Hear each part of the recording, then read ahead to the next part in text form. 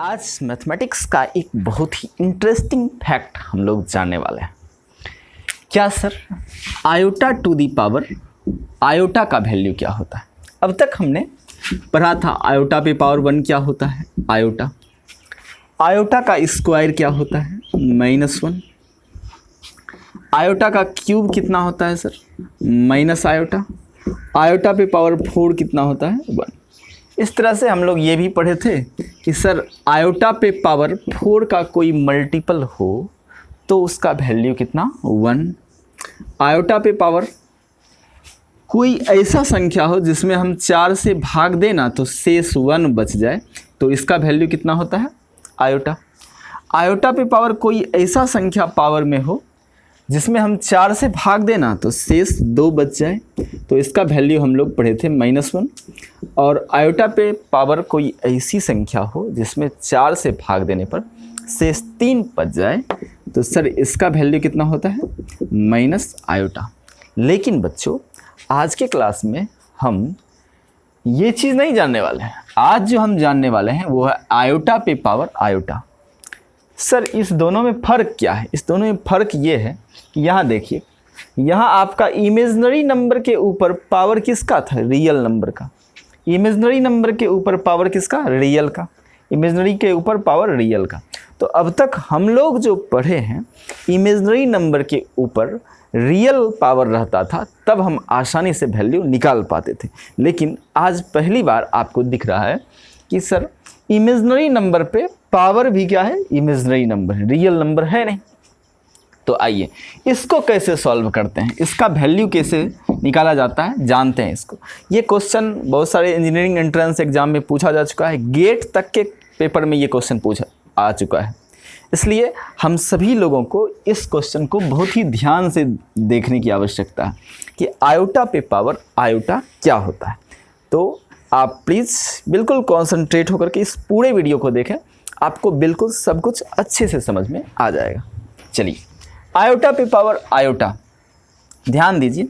इसके लिए हम थोड़ा सा यूलर्स फॉर्म देखेंगे कॉम्प्लेक्स नंबर का, यूलर्स फॉर्म।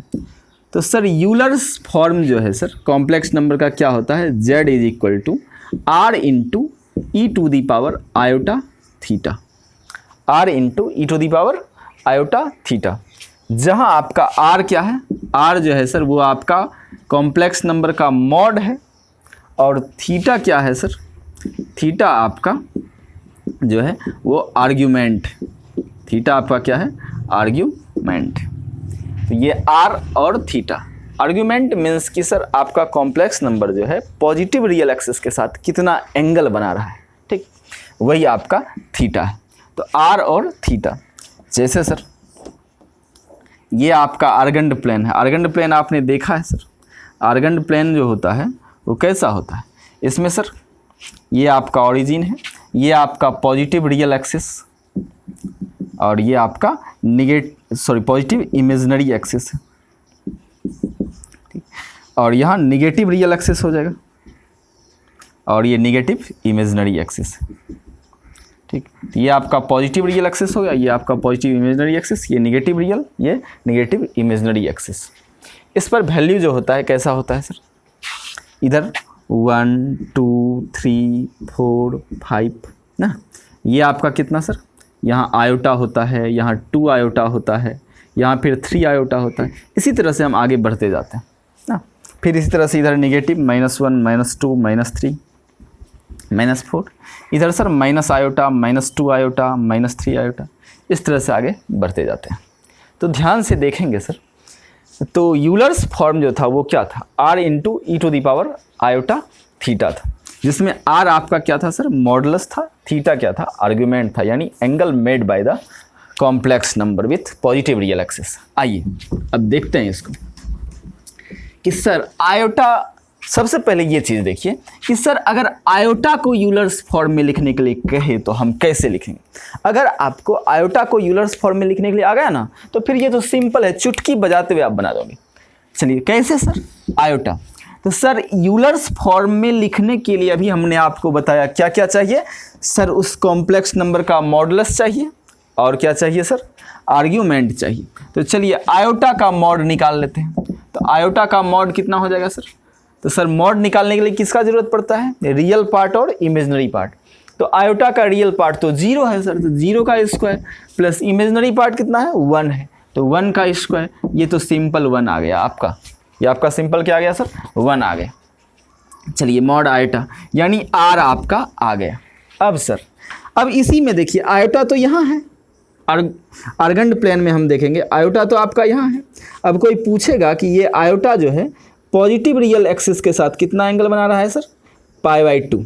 कितना एंगल बना रहा है, π/2। तो सर थीटा आपका कितना हो गया, π/2 हो गया। थीटा कितना आ गया, π/2। तो अब इसी कॉम्प्लेक्स नंबर को यानी आयोटा को हमको यूलर्स फॉर्म में लिखना है, तो सर क्या होता है r इंटू ई पर पावर आयोटा थीटा। तो r की जगह पे तो सर 1 दे देंगे, 1 दे दिए, e to the power iota theta है ना, थीटा की जगह पे कितना है π/2, थीटा की जगह पे क्या है सर π/2। तो ये आपका आ गया ई टू दी पावर आयोटा π/2। अब सर 1 से किसी भी चीज़ को मल्टीप्लाई करते हैं तो वही चीज़ रह जाता है। तो चलिए तो ये तो आपका आ गया sir e to the power iota π/2, e to the power iota π/2। यानी सर आयोटा को अब आप लिख सकते हैं ई टू दी पावर आयोटा π/2। किस फॉर्म में, यूलर्स फॉर्म में, ये यूलर्स का फॉर्म है।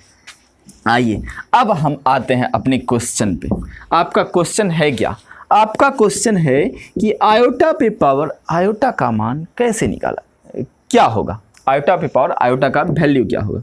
चलिए सर तो आयोटा का वैल्यू कितना है, ई टू दी पावर आयोटा π/2 लिख दो भैया। आयोटा के जगह पे हमने लिख दिया ई टू दी पावर आयोटा π/2। अब सर इस पे पावर कितना है आयोटा, तो लिख दो आयोटा, इस पे पावर लिख दिए आयोटा। अब आपको एक चीज़ पता है सर कि पावर पे पावर रहे, पावर पे पावर रहे तो वो क्या हो जाता है, मल्टीप्लाई हो जाता है।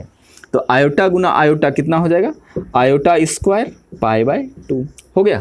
पावर पे पावर हमने क्या किया, मल्टीप्लाई कर दिया। अब जरा देखिए आयोटा स्क्वायर का वैल्यू कितना होता है सर -1, तो -π/2, ई टू दी पावर कितना आ गया -π/2। तो यही आपका आयोटा पे पावर आयोटा का वैल्यू कोई पूछे तो आपको सिंपल सा जवाब देना है ई टू दी पावर -π/2। जबकि सर देखिए आपको थोड़ा असंगत लगेगा कि सर इमेजिनरी पे पावर इमेजिनरी है तो वैल्यू क्या आ गया, रियल आ गया। वैल्यू क्या आ गया सर, रियल। अब ई का वैल्यू सब लोगों को पता है 2.71 होता है और पाई का वैल्यू कितना होता है सर 3.14। अब जब हम सर इस ई और पाई का वैल्यू रख देते हैं इसमें, तब जो आयोटा पे पावर आयोटा का वैल्यू आता है वो आता है 0.201। इस तरह से तो आप सिंपली बोल सकते हैं आयोटा पे पावर आयोटा का वैल्यू कितना 0.201 बोल दीजिए या फिर ई टू दी पावर -π/2 बोल दीजिए। तो ये था आपका बहुत ही इंटरेस्टिंग फैक्ट मैथमेटिक्स का। आई होप कि आपको समझ में आया होगा। तो अगर आपको समझ में आया तो प्लीज़ इस वीडियो को शेयर ज़रूर करें। अगर आप हमारे चैनल पर नए हैं तो प्लीज़ सब्सक्राइब ज़रूर कर लें ताकि आपको ऐसे ही वीडियो सबसे पहले मिले। थैंक यू, धन्यवाद।